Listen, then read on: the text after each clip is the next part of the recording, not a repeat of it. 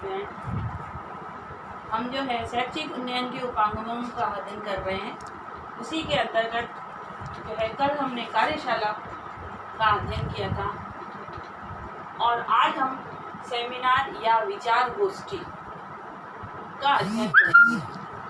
शैक्षिक उन्नयन से तात्पर्य क्या है? जो शिक्षा की गुणवत्ता को बढ़ाने में सहायक हो। वह उपक्रम कौन कौन से हैं, वो उपागम कौन कौन से हैं, उसी के अंतर्गत हमने प्रशिक्षण सेवा प्रशिक्षण कार्यक्रम का अध्ययन किया और अब उसके बाद कार्यशाला किया और आज हम जो है सेमिनार या विचार गोष्ठी का अध्ययन करेंगे। सेमिनार या विचार गोष्ठी जो है वो अनुदेशन की प्रक्रिया की एक प्रविधि है। अनुदेशन मतलब सीखने की, ठीक है, सीखने की प्रक्रिया की एक प्रविधि है। प्रविधि मतलब विधि और प्रविधि।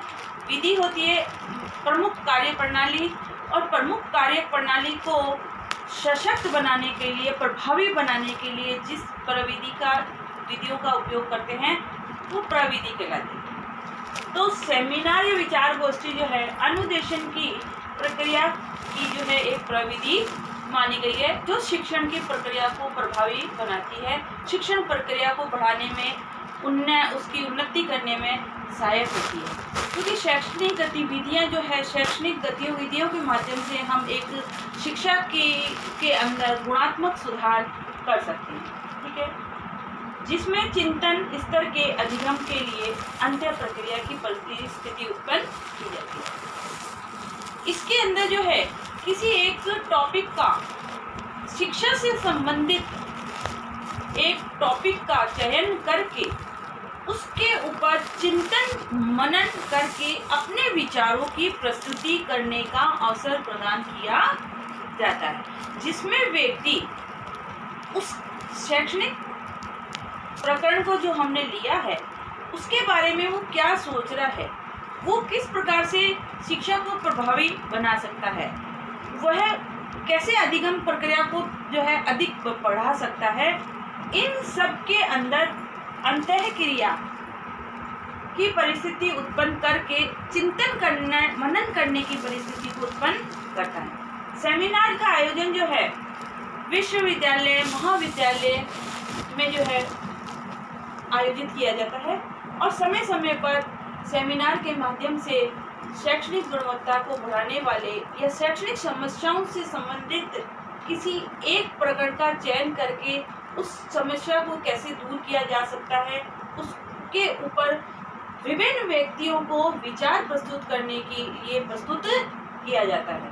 और वो व्यक्ति जो है वो विभिन्न क्षेत्रों से आते हैं, विभिन्न महाविद्यालयों से आते हैं, विश्वविद्यालयों से एक ही फैकल्टी के व्यक्ति उसमें आकर उसके ऊपर अपने जो है विचार प्रस्तुत करते हैं। इसमें किसी एक प्रकरण का चयन किया जाता है, उस पर अपने अपने विचार प्रस्तुत किए जाते हैं। इसमें जो बोलने वाला है, वक्ता जो अपना पेपर प्रेजेंट कर रहा है, जो उस विषय के बारे में अपने विचार प्रस्तुत कर रहा है, उसको जो है स्पीकर कहा जाता है, ठीक है। सेमिनार के लिए एक कुछ जो संगठन हैं जो समय समय पर जो है सेमिनारों का आयोजन करते हैं। सेमिनार जो है नेशनल, राष्ट्रीय और इंटरनेशनल दो स्तर पर होते हैं।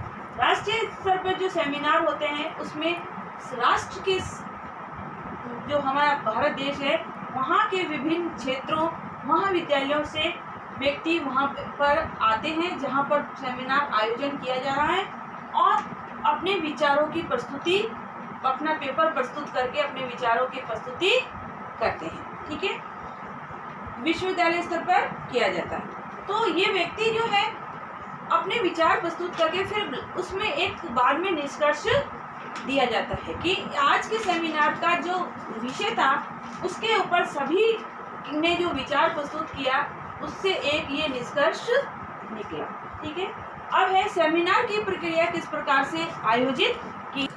अब ये अर्थ के बाद ये है कि सेमिनार की जो है कैसे आयोजित किया जाता है, सेमिनार की प्रक्रिया कैसे होती है, उसके आयोजन के लिए क्या क्या कार्य करने पड़ते हैं। तो सबसे पहले जो है कि किस विषय पर, किस प्रकरण पर जो है सेमिनार का विचारों की गोष्ठी की जाएगी, सेमिनार का आयोजन किया जाएगा। तो उसके लिए विषय का चयन किया जाता है और विषय जो है उसी जिस फैकल्टी का सेमिनार आयोजित हो रहा है उस फैकल्टी से संबंधित ही होना चाहिए। जो विषय होता है वो उसकी समसामयिक समस्याओं से संबंधित भी हो सकता है, उस विषय से संबंधित भी हो सकता है। दूसरा है सभी को सेमिनार आयोजन से अवगत। इस जब प्रकरण का चुनाव हो जाता है उसके बाद उसके लिए जो है पैम्पलेट्स छपाई जाती हैं और वो पैम्पलेट जो है सभी महाविद्यालय और विश्वविद्यालय जो उससे संबंधित है, जिसमें वह फैकल्टी चल रही है, उसमें वह भेजे जाते हैं और सबको वहाँ पे उससे अवगत कराया जाता है कि भाई इतनी तारीख को जो है इस सेमिनार का आयोजन किया जाएगा। इसके लिए जो जो पेपर प्रेजेंट करना चाहते हैं, जो अपने प्रस्तुति देने चाहते हैं, वो जो है आमंत्रित है, अर्थात उससे उसके बारे में अवगत कराया जाता है। जब वो अवगत हो जाते हैं तो उसके बाद में वक्ता के प्रपत्र मंगाए जाते हैं, क्योंकि सेमिनार में जो है उस सेमिनार की पुस्तक छपती है। जो जो व्यक्ति जो विषय विशेषज्ञ अपने अपने वक्तव्य प्रस्तुत कर रहे हैं वह अपने अपने प्रपत्र उस विश्वविद्यालय या महाविद्यालय को भेजते हैं और वो जो प्रपत्र है उस दिन के सेमिनार की जो पुस्तक छपाई जाती है, जो बुक छपती है, उसमें वह उसके जो है प्रिंट किए जाते हैं। जो जिस स्तर के भेजते हैं उस स्तर के अनुसार उनको उसमें छपवाया जाता है। ठीक है। प्रपत्र मंगवाने के बाद में जो है कि उस सेमिनार में उस दिन का अध्यक्ष, जो 2 दिन का 1 दिन का सेमिनार आयोजन हो रहा है, उसमें अध्यक्ष की भूमिका कौन निभाएगा, और जो अध्यक्ष होता है उस अध्यक्ष पर जो है उस सारे सेमिनार की जिम्मेवारी होती है। उसका आयोजन करना, उसका संचालन करना, उसमें व्यवस्था करना, उसमें जो खान पान जल पान रहने की जो व्यवस्था होती है, उन सब व्यवस्थाओं का संचालन जो है उस सेमिनार का अध्यक्ष करता है। ठीक है। सेमिनार 1 या 2 दिन का होता है।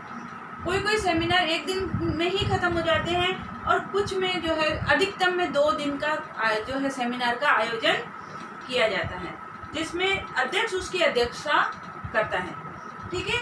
जब पार्टिसिपेट जो होते हैं, जो अपने वक्तव्य प्रस्तुत करने वाले पार्टिसिपेट हैं, व्यक्ति हैं, वो जब अपने पेपर प्रस्तुत कर देते हैं, उस विषय के बारे में जब अपना प्रस्तुतिकरण कर देते हैं, तो अंत में जो है उन सब की जो जानकारी उन्होंने दी है, जो जो अपने अपने विचार प्रस्तुत किए हैं, उसके ऊपर जो है अध्यक्ष और विषय विशेषज्ञ जो है वाद विवाद करते हैं, अर्थात चर्चा करते हैं।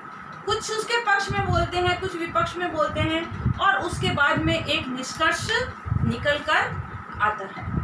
उन विवादों के मंथन के बाद में एक निष्कर्ष निकल के आता है कि आज की चर्चा का, विचार गोष्ठी का क्या निष्कर्ष निकला है। ठीक है। और प्रत्येक व्यक्ति के प्रस्तुतिकरण के अंत में जो है वाद विवाद होता है और वाद विवाद के बाद एक विषय का निष्कर्ष निकल कर आता है। अब है कि जो हम विचार गोष्ठी सेमिनारों का जो आयोजन करते हैं, इसकी उपयोगिता क्या है, क्यों ये आयोजित किए जा रहे हैं, इसकी क्या वैल्यू है, जिसके कारण पे जो है समय समय पर विश्वविद्यालय महाविद्यालय सेमिनारों का आयोजन करती हैं। तो इसमें पहला है कि ज्ञानात्मक तथा भावात्मक उद्देश्यों की पूर्ति होती है। जो हमारे शिक्षा के उद्देश्य हैं उसमें ज्ञानात्मक, भावात्मक और क्रियात्मक, ये 3 प्रमुख उद्देश्य माने गए हैं, जिसके द्वारा एक बालक में, एक शिक्षक में इन सब उद्देश्यों की पूर्ति होती है। तो सेमिनार के माध्यम से जो है व्यक्ति शिक्षा के ज्ञानात्मक और भावात्मक उद्देश्यों को पूर्ण किया जाता है। ठीक है। ज्ञान मतलब बुद्धि, भावात्मक मतलब मन से जुड़ा हुआ। ठीक है। दूसरा है प्रजातांत्रिक मूल्य, एक सबको इक्वल मान के कार्य कराने की भावना, ये होती है प्रजातांत्रिक मूल्य। नेक्स्ट है प्रस्तुतिकरण, तर्क क्षमता का विकास, व्यक्ति में तर्क के साथ बात को प्रस्तुत करने की शक्ति का विकास होता है। और अगला है अधिगम क्षमता में वृद्धि, अधिक से अधिक सीखने के अवसर जो है हमको एक शिक्षक को समय समय पर प्राप्त होते हैं। आज का आपका आज का गृह कार्य का क्वेश्चन है, सेमिनार किसे कहते हैं तथा इसकी उपयोगिता बताइए।